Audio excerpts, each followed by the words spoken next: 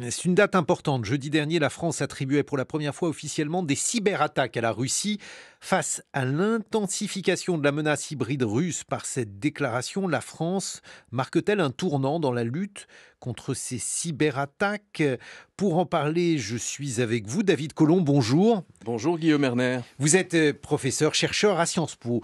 Vous avez republié avec une préface inédite votre livre qui est devenu en quelque sorte un classique, La guerre de l'information, et c'est en poche aux éditions Texto. C'est une forme de reconnaissance de vos travaux et de vos craintes, David Colomb, ce qui est intervenu la semaine dernière, parce que ça fait longtemps que vous travaillez dessus, vous avez beaucoup publié sur ces thèmes, mais il manquait presque une forme de reconnaissance officielle de cette guerre.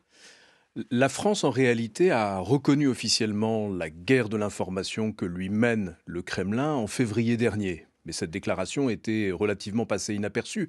Là, la France a haussé le ton face à des attaques cyber continues depuis près de 10 ans qui ont affecté plus d'une dizaine d'entités publiques françaises, d'organisations privées, d'entreprises.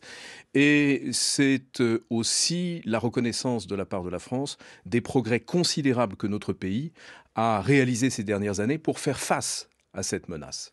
Oui, parce que pour la première fois, donc on a un ministre des Affaires étrangères, donc là en l'occurrence Jean-Noël Barrot, qui a accusé la Russie d'avoir ciblé par des cyberattaques une dizaine d'entités françaises entre 2021 et 2024, c'est ça, David Ou Colomb? même 2015, c'est depuis l'attaque visant TV5 Monde.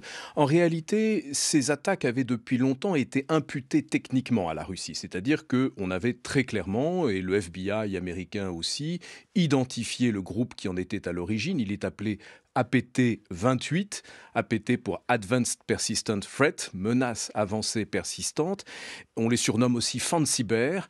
Et ce groupe faisait l'objet donc d'une imputation technique. Mais c'est la première fois qu'une attribution politique est faite. C'est très important parce que ça signifie que la France reconnaît officiellement que la Russie l'a attaqué dans le champ cyber, menant ce qui correspond, somme toute, dans le champ de la guerre de l'information, à un acte de guerre informationnelle. Alors attendez, c'est important parce que donc c'est un groupe, alors ça veut dire quoi? C'est un groupe militaire, paramilitaire, toléré par la Russie ou alors formé par les autorités russes? C'est un groupe qui est affilié au renseignement militaire russe, le GRU, dont le siège se trouve au siège du ministère de la Défense pour un de ces groupes. Il est parfaitement connu, l'identité de ses membres est connue et il est particulièrement suivi depuis qu'il a réalisé le piratage des mails d'Hillary Clinton en 2016, puis qu'il a réalisé le piratage des mails de l'équipe d'Emmanuel Macron en 2017. Et depuis lors, la France a mis en place un dispositif de veille et de réaction face à ces attaques cyber, ce qu'on appelle le Centre de coordination des crises cyber, le C4, qui regroupe 3 de nos services de renseignement, l'ANSSI, la DGSE, la DGSI, aux côtés du ComCyber, le commandement militaire de la cyberdéfense, pour précisément suivre et contrer ce type d'attaque. Il faut s'imaginer quoi, David Colomb, pour ce groupe? Est-ce que ce sont des informaticiens, des geeks qui travaillent sur ces thèmes-là, ou bien au contraire des militants pro-Poutine, ou bien des soldats, et les soldats? Pour la plupart, ils ont un statut militaire. Et c'est une guerre informationnelle qui nous est menée dans le champ cyber, comme elle nous est menée également dans le champ informationnel. Il faut avoir à l'esprit le fait que depuis février 2022, le Kremlin double sa guerre d'agression contre l'Ukraine d'une guerre de l'information systématique contre tous les pays qui soutiennent l'Ukraine. Et la France est en première ligne dans le soutien de l'Ukraine et des Ukrainiens, ce qui conduit le Kremlin en retour à intensifier ses attaques. Vous dites dans votre livre La guerre de l'information, la Russie voit l'espace informationnel comme un terrain de conflictualité stratégique. Elle met en œuvre des techniques de guerre hybride mêlant cyberattaques, trolls, fake news, bots, influence culturelle avec différents relais. Alors vous citez par exemple Russia Today ou Sputnik. Ça fonctionne comment? Alors, il faut comprendre à l'échelle stratégique qu'il est beaucoup plus facile pour le Kremlin d'atteindre des objectifs stratégique dans le champ informationnel que dans le domaine militaire. On voit bien que la situation militaire n'est pas fondamentalement favorable au Kremlin, qui n'est pas en capacité de remporter la victoire décisive qu'il espérait obtenir en 3 jours en 2022. En revanche, Depuis 2022, le Kremlin a réussi, dans un certain nombre de pays, à faire progresser des partis qui le soutiennent et également à affaiblir le soutien à l'Ukraine et aux Ukrainiens. L'élection de Donald Trump, de ce point de vue-là, marque une victoire stratégique pour le Kremlin qui dispose désormais d'un allié dans le champ international. La France est particulièrement ciblée ?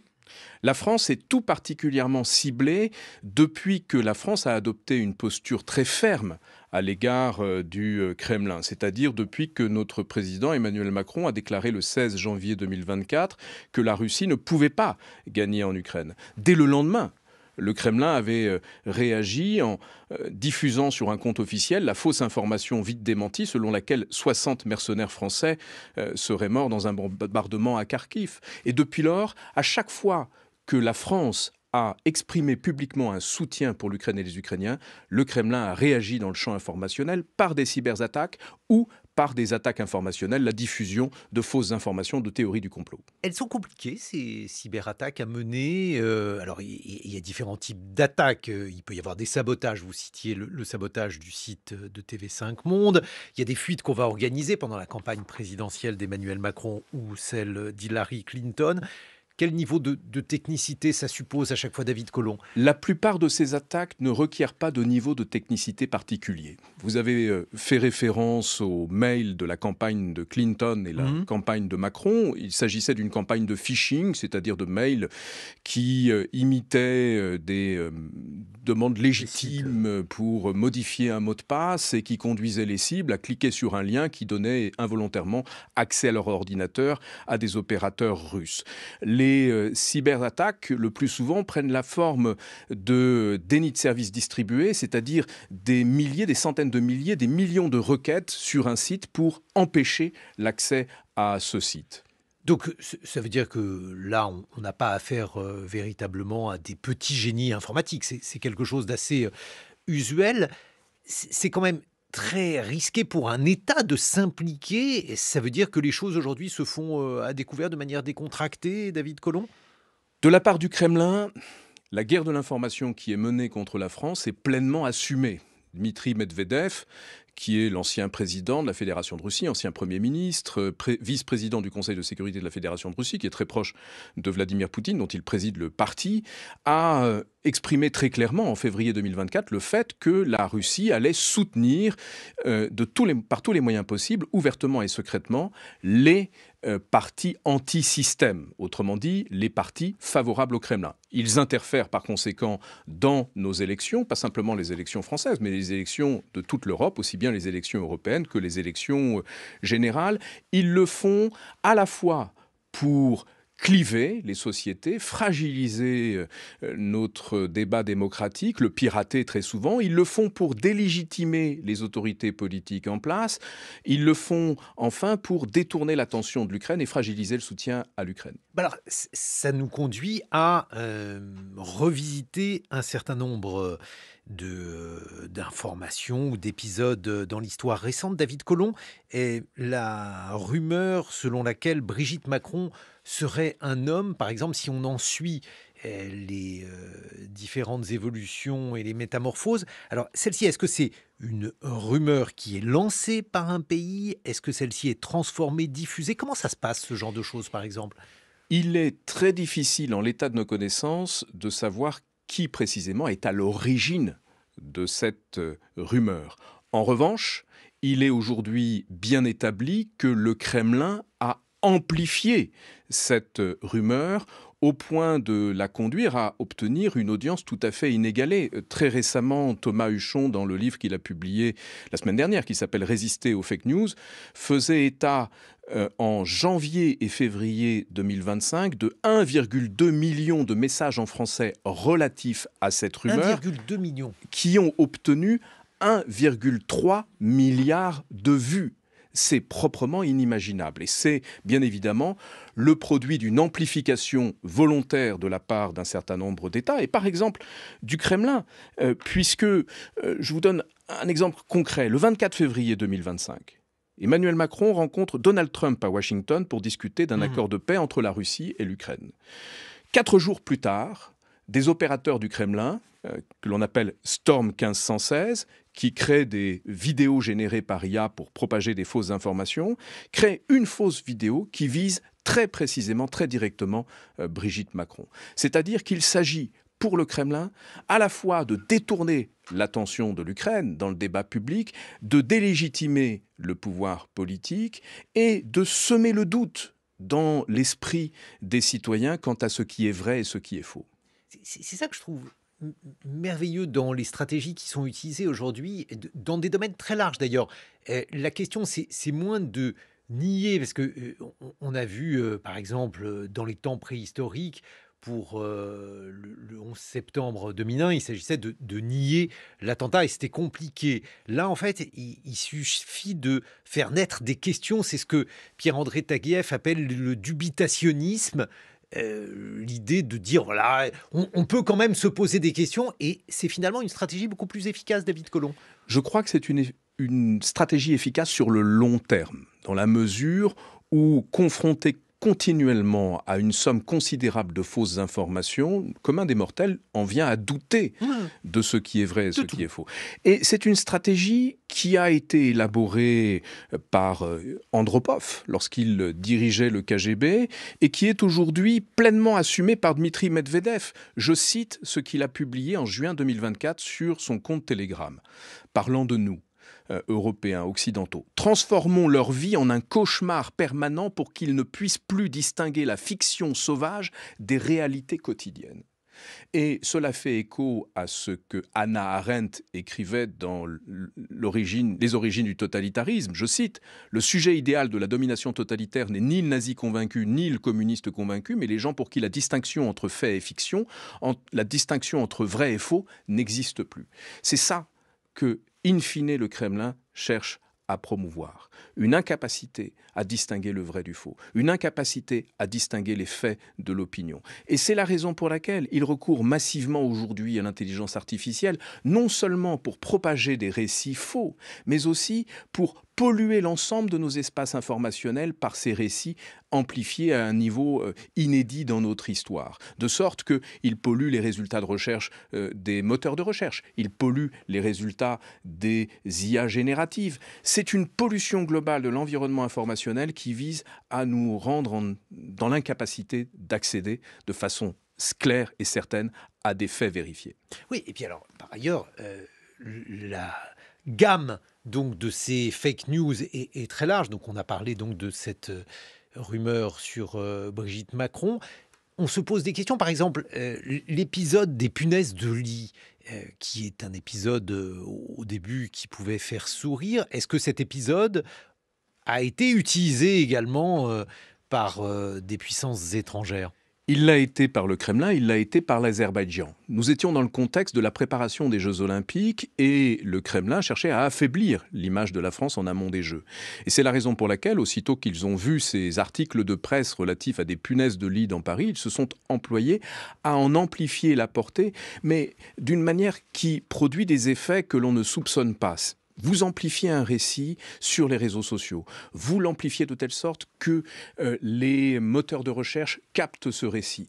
Et vous donnez à voir ce récit comme étant un sujet d'intérêt pour la presse. C'est une forme de gouvernementalité algorithmique de la production de l'information qui a conduit à amplifier la perception de ce sujet. Ils appellent ça, les Russes, la réalité augmentée. Ils partent d'un fait authentique dont ils augmentent la perception. Qu'est-ce qu'il y a eu comme autre épisode donc, j'ai cité 2 exemples. Est-ce que vous en voyez d'autres qui vous paraissent ? Je vois... Alors, souvent, ils ont recours depuis quelques années à ce qu'ils appellent des agents jetables pour mener des opérations dans le monde réel, pour des pseudo-événements. On a en tête les étoiles bleues de David ou les mains rouges. Je donnerai l'exemple des mains rouges. Tout est parti d'une manifestation d'étudiants pro-palestiniens devant Sciences Po qui avaient brandi des mains rouges. Le débat a été très vif en France. La présidente de la région Île-de-France s'était fendue d'un tweet vu 9 millions de fois pour suspendre les subventions à Sciences Po. Et le 14 mai, donc quelques semaines plus tard, des Bulgares ont été recrutés pour dessiner des mains rouges sur le mur des Justes du mémorial de la Shoah. C'est ça, cette réalité augmentée. On continue d'évoquer cette réalité augmentée, comme vous le dites, une réalité augmentée qui a des conséquences dans le monde réel. On l'a vu par exemple avec les élections en Roumanie. On va en reparler dans quelques instants avec vous, David Colomb. La guerre de l'information, les États à la conquête de nos esprits, c'est la nouvelle édition de votre ouvrage. Il est publié en poche aux éditions Texto. Les matins de France Culture. Guillaume Erner. David Colomb, vous êtes professeur à Sciences Po, vous publiez La guerre de l'information, c'est une nouvelle édition de votre ouvrage, en poche aux éditions Texto. Vous nous avez expliqué qu'il y avait aujourd'hui des certitudes et une sorte de reconnaissance officielle de cette cyberguerre entre la France et la Russie, avec une multitude d'attaques depuis l'une des plus célèbres, depuis le piratage du site de TV5 Monde. Et puis mon camarade Jean Lémarie vient d'évoquer la manière dont la France cherche à attirer des enseignants. Alors vous êtes enseignant à Sciences Po, vous participez donc de ce monde très mondialisé justement des chercheurs. On se demande aussi pourquoi les États-Unis cherchent à s'affaiblir en essayant donc de dégoûter un certain nombre de leurs chercheurs. J'étais il y a 10 jours au sommet mondial de lutte contre les manipulations de l'information et la désinformation à Cambridge, organisé par la Judge Business School, avec quelques dizaines de chercheurs américains, pour certains qui ont déjà choisi l'exil, qui ont perdu leur emploi, qui sont pourchassés par l'administration Trump. Pour l'administration Trump, c'est pour une bonne part une vengeance. Souvenons-nous du 6 janvier 2021, souvenons-nous des 2 impeachments de Trump, souvenons-nous des rapports, notamment le rapport Mueller sur les ingérences avérées du Kremlin dans les élections américaines de 2016, de 2020 et puis les ingérences de 2024. Tout cela est considéré par l'administration Trump aujourd'hui comme un hoax. Et donc tous ceux qui ont contribué à identifier, mettre à jour ces ingérences et à lutter contre elles ont été purement et simplement éliminés socialement. Mais alors, il y a quand même quelque chose que je ne comprends pas, parce que la rivalité entre les États-Unis et la Russie, jadis l'Union soviétique, ça n'est quand même pas quelque chose de nouveau. Et alors justement, il y a un livre qui est devenu un classique d'un politiste, Richard Hofstadter, sur la tradition anti-intellectuelle aux États-Unis, qui explique très bien que pendant le macartisme, il y a eu déjà cette tentation anti-intellectualiste et que les États-Unis l'ont lourdement payé, puisque ça s'est terminé avec le Spoutnik. C'est-à-dire quand on affaiblit ces universités, on affaiblit ces chercheurs et on perd. Alors pourquoi faire ça à nouveau ? Alors pour une part, il faut bien avoir à l'esprit que dans l'entourage de Trump, il y a des gens extrêmement favorables au Kremlin et qui servent ses intérêts consciemment ou non. Ensuite, il y a dans son entourage des gens, et c'est parfois les mêmes, qui considèrent que l'État n'est pas la solution, mais le problème, et qu'il s'agit par conséquent de l'affaiblir. Il y a enfin ceux qui considèrent les intellectuels comme des ennemis politiques à abattre. Et tout cela concourt aujourd'hui à une guerre menée par l'administration Trump, non seulement contre la science, non seulement contre les intellectuels, mais plus largement contre la vérité factuelle. Mais comment peut-on considérer que le Kremlin n'est pas un ennemi ? Quand on est proche de lui, prenons un exemple simple, Paul Manafort, l'ancien directeur de campagne de Donald Trump, selon l'enquête fournie par le FBI qui a valu sa condamnation par la justice américaine, a reçu 75 millions de dollars d'oligarques proches du Kremlin lorsqu'il travaillait en Ukraine entre 2004 et 2014. Ça le rend plutôt favorable au Kremlin. Lorsque les individus sont stipendiés, bon là... Voilà, on a la clé, mais ça veut dire qu'il n'y a pas d'accointance, parce que on évoque de possibles dossiers sur Donald Trump lorsqu'il était encore dans l'immobilier. Vous faites la moue. Je crois qu'il n'y a pas besoin de dossier contre Donald Trump pour que Donald Trump soit quelqu'un de particulièrement influençable. Quand j'avais rédigé une biographie de Rupert Murdoch, j'avais constaté que 2 personnes se disputaient le cerveau de Donald Trump chaque soir, qui étaient Murdoch d'une part et Steve Bannon d'autre part. Ils avaient bien compris que le dernier à lui parler avait raison et par conséquent, ils s'employaient à être chacun le dernier chaque soir. Et ce caractère influençable a été maintes fois exploité par quelqu'un comme Vladimir Poutine, qui est entré au KGB en 1975 et n'a jamais vraiment quitté l'esprit du KGB qui le caractérise. Bon, alors ensuite, il y a les conséquences pratiques. Jean Lémarie a évoqué la scène politique française. On a évoqué avec vous les influences et les ingérences étrangères. Est-ce que la Russie, est-ce que le Kremlin fait de la politique en France via les partis politiques ? Le Kremlin ne fait pas de politique à proprement parler. Nous ne sommes pas dans le contexte qui était celui de la guerre froide où il y avait une dimension idéologique. Il n'y a pas d'idéologie. Il y a un pragmatisme qui le conduit à saisir toutes les opportunités pour pirater le débat public en France, amplifier nos divisions, semer le doute et fragiliser la confiance dans les institutions. De sorte qu'ils soutiennent indifféremment des partis de gauche ou des partis de droite dès lors qu'ils soutiennent le point de vue du Kremlin.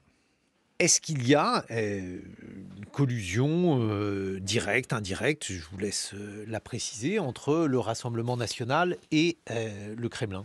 Je n'ai pas connaissance de collusion entre eux. En revanche, j'ai connaissance, comme tous les chercheurs sur ces questions, d'interférences du Kremlin qui considèrent ce parti, comme d'autres, le parti de M. Mélenchon, comme des alliés objectifs et qu'il s'emploie par conséquent à les soutenir par tous les moyens possibles et à soutenir en même temps l'opposition entre ces deux partis pour que la vie politique française soit clivée, pour que la vie politique française se caractérise par le choc des émotions après chaque fait divers. Jean Lémarie. Sur quel sujet le fait-il ? Eh bien, en réalité, tous les sujets clivants. L'un des sujets les plus clivants est le sujet du Proche-Orient, qui a été maintes fois exploité depuis octobre 2023 par le Kremlin pour détourner l'attention de la guerre en Ukraine, pour exacerber nos divisions et semer le doute. Ils saisissent tous les sujets qui ont trait à la vie quotidienne, à l'inflation, le coût de la vie. Ils saisissent tous les sujets qui ont également contribué à encourager la peur, par exemple la psychose nucléaire, la psychose terroriste, la psychose migratoire. Le Proche-Orient, alors c'est intéressant parce que là, s'il y a un sujet sur lequel l'ERN et la France insoumise ont des attitudes diamétralement opposées, des positions diamétralement opposées, l'ERN est très pro-israélien et la France insoumise est très pro-palestinienne. Leur point de vue est précisément, je parle du point de vue du Kremlin, est précisément de ne nous donner à voir que des points de vue extrêmes qui s'opposent, que d'amplifier les divisions. Pour vous donner un exemple très simple et très concret, après l'élection de Donald Trump en 2016, le Kremlin avait aussitôt organisé des manifestations contre Donald Trump, parce qu'il cherchait moins à avoir un allié qu'à affaiblir la démocratie en polarisant les débats. Mais alors ça, c'est intéressant parce que justement, la question israélo-palestinienne, si on la prend, vous savez, il y a la vieille formule de Bebel, l'antisémitisme, c'est le socialisme des imbéciles. Et donc, si on veut juger de cette question de manière simpliste, vais-je dire, c'est parfait parce qu'en l'apparence, on a un clivage extrêmement grossier. On peut se représenter les choses de manière simple alors qu'on a affaire à une histoire complexe, vieille de millénaires. Donc, ça n'est pas la faute des Russes, si j'ose dire, c'est la faute des réseaux sociaux. Je veux dire, tout ce que l'on sait, les caractéristiques des réseaux sociaux, réussissent à informer au sens premier du terme, c'est-à-dire à cadrer, à faire rentrer cette histoire complexe dans des cadres simples et extrêmement schématiques. Au-delà des réseaux sociaux, les Russes exploitent les caractéristiques de notre débat public qui voit le moindre fait divers prendre des proportions extraordinaires dans nos médias, en particulier les médias d'information en continu, puis conduire les politiques à réagir à l'émotion causée par ces événements davantage qu'aux faits eux-mêmes, de sorte que, pour prendre un exemple que j'évoquais tout à l'heure, les mains rouges, lorsque... Les mains rouges, juste pour rappeler ce que vous évoquiez. Donc il y avait une manifestation devant Sciences Po d'étudiants qui brandissaient des mains rouges, un grand débat très vif à propos de l'antisémitisme, des étudiants pro-palestiniens. La présidente de la région Île-de-France avait suspendu les subventions à Sciences Po en affirmant qu'il s'agissait d'étudiants islamo-gauchistes à l'origine de cette manifestation. Et le Kremlin a saisi l'opportunité pour organiser une opération consistant à aller faire peindre des mains rouges sur le mur des Justes du mémorial de la Shoah. Mais par qui l'ont-ils fait faire ?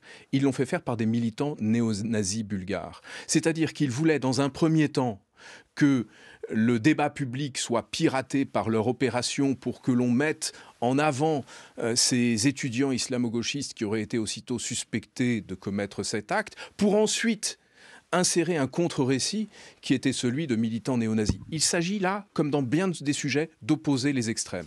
Et on voit qu'on a affaire, dans un certain nombre d'élections, à un soupçon, plus qu'un soupçon d'ailleurs, d'ingérence du Kremlin. Alors je pense aux élections roumaines qui sont intéressantes parce qu'on avait Călin Georgescu qui a été empêché de participer, lui qui était un candidat pro-russe et complotiste. Et aujourd'hui, ces élections, donc sans Călin Georgescu, puisqu'il a été empêché de participer, ont malgré tout donné l'extrême droite gagnante. Est-ce que ça n'infirme pas la thèse de l'importance du Kremlin? Puisque Kremlin ou pas Kremlin, finalement, c'est l'extrême droite qui gagne. Vous dites sans Georgescu, mais en réalité, le candidat Simeon a annoncé que Georgescu serait Premier ministre s'il lui-même était élu président, et le nom de Georgescu était omniprésent sur les réseaux sociaux hier pendant le vote. Donc Georgescu n'était pas tout à fait absent du scrutin d'hier dimanche.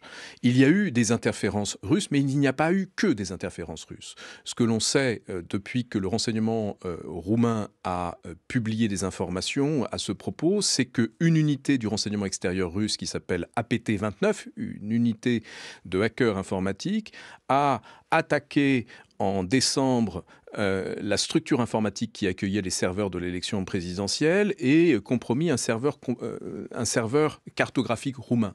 Ce que l'on ne sait pas aujourd'hui avec certitude, c'est qui est en revanche à l'origine de l'opération de manipulation des algorithmes de TikTok avec la production de vidéos générées par des influenceurs et accompagnées de commentaires massifs par 25 000 faux comptes. Et des journalistes roumains ont émis l'hypothèse qu'il pouvait s'agir d'une opération qui aurait eu pour origine le parti alors au pouvoir, qui aurait voulu fragiliser le candidat d'extrême droite en encourageant la division au sein de l'extrême droite. Aujourd'hui, rien n'est sûr sur ce point. Ce qui est certain, en revanche, c'est que les élections de décembre ont fait l'objet d'une manipulation d'une ampleur tout à fait inédite qui reposait sur ce que l'on appelle l'effet TikTok, c'est-à-dire la sensibilité des dispositifs algorithmiques de recommandation de TikTok qui peuvent fausser littéralement la perception des électeurs qui se renseignent sur ce média social chinois. David Colomb, est-ce que le renseignement militaire russe pourrait aller jusqu'à constituer, je ne sais pas, des listes de journalistes ou d'influenceurs à cibler? D'après Dossier Center, qui est une organisation de hackers financée par l'opposant russe Mikhail Khodorkovsky, c'est le cas. C'est-à-dire qu'il a lancé la semaine dernière une alerte sur X à propos d'une opération du renseignement russe consistant à collecter les adresses personnelles des détracteurs du Kremlin, donc des journalistes, des influenceurs, des hommes politiques, des chercheurs, des personnalités publiques, en vue de ce que les Russes appellent des mesures actives. C'est-à-dire qu'il s'agit d'aller intimider ces personnalités critiques envers le Kremlin en recourant à des agents jetables recrutés comme ceux que je mentionnais à l'instant en Bulgarie ou en Moldavie. Il s'agit, selon moi, essentiellement de semer là encore la peur, propager l'anxiété, encourager l'autocensure. Il s'agit peut-être aussi de saturer les équipes vouées au contre-espionnage et à la contre-ingérence. Il s'agit enfin de mener une forme de guerre psychologique dans nos esprits, et c'est la raison pour laquelle je considère pour ma part qu'il ne faut pas nous laisser impressionner par ces menaces. Alors, pas nous laisser impressionner, mais ça veut dire quoi de faire pression? Alors, on sait qu'il y a par exemple des compromates, des choses qui peuvent être rangées parmi ces mesures actives. Est-ce que c'est à ça qu'il faut penser? Est-ce qu'il faut penser à autre chose, David Colomb? Est-ce qu'il faut penser à tout moyen, d'ailleurs? Vous savez, il s'agit en réalité, si c'est avéré, d'étendre à toute l'Europe ce qui existait jusque-là dans les pays limitrophes de la Russie. Le Kremlin a mené des opérations d'intimidation à l'encontre de journalistes finlandais. Je pense à la journaliste du service public Jessica Aro, qui avait dû quitter son pays à la suite de menaces de mort. Ils avaient mené des opérations d'intimidation à l'encontre également d'organismes spécialisés dans l'enquête en source ouverte, comme Bellingcat au Royaume-Uni, pour les décrédibiliser. Dans la guerre de l'information situation mondiale, il est essentiel pour eux de faire taire les voix hostiles au Kremlin et plus encore de fragiliser celles qui ont pour fonction d'établir les faits. Bon, mais alors, on est dans une situation, on est placé dans une situation compliquée, David Colomb, parce que finalement, on doit dénoncer des complotistes en percevant ou en désignant des complots. Alors, d'abord, les complots existent dans l'histoire. Il y a un complot, par exemple, des industries du tabac en décembre 1953 pour semer le doute quant à la dangerosité de leurs produits.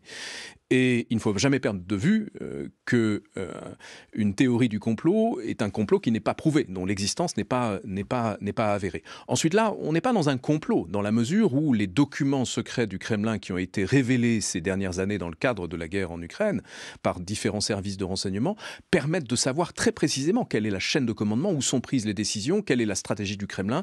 Et on sait qu'en l'occurrence, cette stratégie est claire. Elle est prise dans un bureau proche de celui de Vladimir Poutine et elle vise à fragiliser le soutien à l'Ukraine par tous les moyens. Dites-moi, on parle beaucoup de la Russie, mais on ne pourrait pas parler d'autres pays. Je ne sais pas, par exemple, la Chine. Est-ce que celle-ci est exempte de cette cyberguerre ?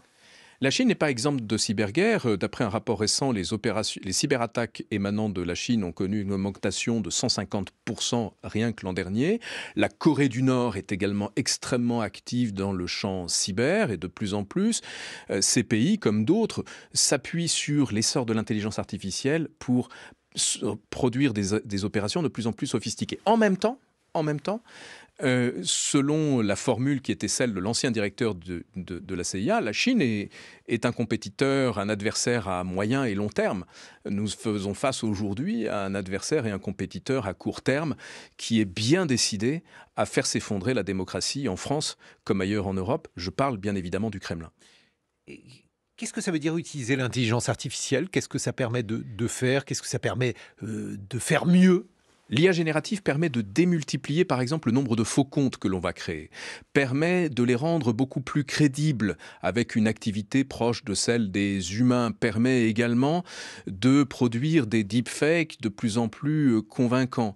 Elle permet enfin de produire des faux sites d'information générale ou d'information locale. Depuis juin dernier, il existe davantage de faux sites générés par intelligence artificielle aux États-Unis pour la presse locale que d'authentiques sites de médias locaux. Et l'une des craintes pour les prochains mois ou les prochaines années en France, c'est éventuellement la création de ce type de dispositif qui existe aux États-Unis, qui existe en Allemagne, ces réseaux de faux sites se faisant passer pour d'authentiques sites d'information. Nous savons aussi que l'IA permet de démultiplier les attaques menées par les opérateurs tels que Doppelganger et son opération Matryoshka contre les journalistes chargés de la vérification des faits. Il s'agit de saturer nos espaces informationnels de contenus soit favorisant les intérêts du Kremlin, soit sapant notre capacité à distinguer le vrai du faux. Alors, qu'est-ce que l'on peut faire, David Colomb ? Qu'est-ce qui, aujourd'hui, doit être mené pour qu'on ne soit pas dans la main de ces cybercriminels ? Alors, d'abord, au Congrès mondial de lutte contre la désinformation que j'évoquais, il a été fait état de la nécessité pour les grandes entreprises de s'impliquer dans ce sujet. La désinformation leur coûte 39 milliards de dollars de pertes boursières par an. Elles ont intérêt, au même titre que les États et la société civile, à protéger l'intégrité de l'espace informationnel.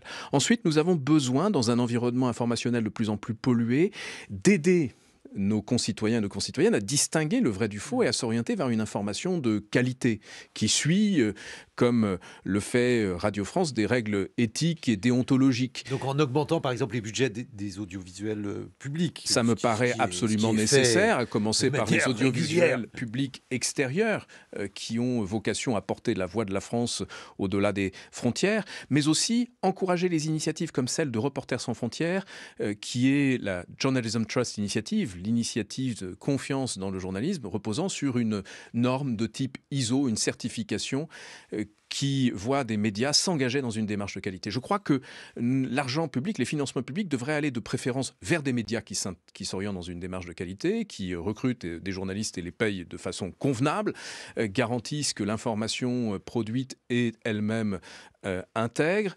Et nous aurions intérêt aussi à faire en sorte que les budgets publicitaires des entreprises privées soit orientée de préférence vers des médias de qualité. Et est-ce qu'il faudrait interdire certains réseaux sociaux? Je pense à TikTok. Je crois que les interdictions sont toutes contre-productives. Et elles encouragent la défiance. Elles encouragent le doute à l'égard des autorités quant à ce qui peut les avoir conduits à interdire un réseau. C'est la raison pour laquelle je plaide, pour ma part, plutôt pour la création d'un concurrent intègre, un média social d'intérêt général qui serait chapeauté par une fondation européenne à but non lucratif, qui reposerait sur des algorithmes transparents, qui ne reposerait pas sur une publicité ciblée. Et nous aurions alors l'opportunité de mettre nos esprits à l'abri des manipulations de l'information. Un mot de conclusion, David Colomb. Bon, vous avez depuis longtemps alerté sur ces dangers qui aujourd'hui sont officiellement reconnus. Votre état d'esprit? Mon état d'esprit est combatif et déterminé parce que je suis convaincu que nous arriverons à triompher de cet espace informationnel de plus en plus pollué, à condition de nous mobiliser tous pour protéger l'information de qualité et protéger nos esprits et ceux de nos enfants de ces interférences sur les médias sociaux. Et c'est une guerre de l'information que vous publiez, donc c'est une nouvelle version de votre ouvrage qui est en quelque sorte devenu un classique. C'est chez Texto Essai et c'est donc en poche.